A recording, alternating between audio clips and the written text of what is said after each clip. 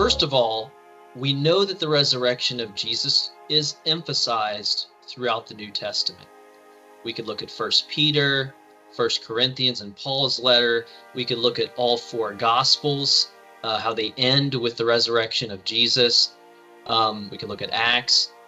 And the resurrection of Jesus also validates Christ's claims. There are actually three ways that Jesus tells his disciples about his death and then his resurrection. He talks about it directly, that he will be crucified and then he will be raised from the dead. He talks about this sign of Jonah, that Jonah was in the heart of the earth for 3 days. And so he uses that as kind of a symbol for him being, he died. He was in the tomb for 3 days and came up. He also talks about the Jewish temple and his body being the temple. Destroy this temple, and in 3 days, I will build it again. It will be reclaimed, resurrected. So there's different ways that he says the same thing there, and they're in multiple Gospels.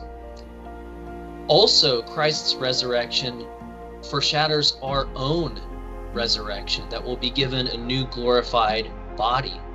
And so it's important for that reason. Paul in 1 Corinthians says that Christ is the first fruits of the resurrection, that we will also be resurrected. And it shows the power of God, that God has the power over life and death. Okay.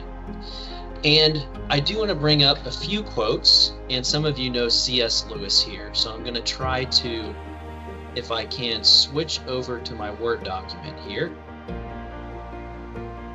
This is from C.S. Lewis, and let me zoom in a little bit. He says, to preach Christianity meant to the apostles primarily to preach Christianity meant to the apostles primarily to preach the resurrection. The resurrection is the central theme in every Christian sermon reported in Acts.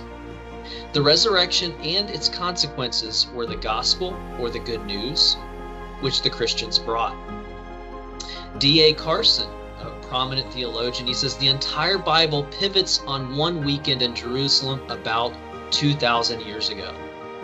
Attempts to make sense of the Bible that do not give prolonged thought to integrated crucifixion and resurrection are doomed to failure, at best exercises in irrelevance. And finally, this is from New Testament scholar Michael Bird. He says, if our theology is gospel-driven, the resurrection will permeate every facet of Christian thought. We can contemplate Christ only as the risen Lord. Biblical reasons for the importance of the resurrection.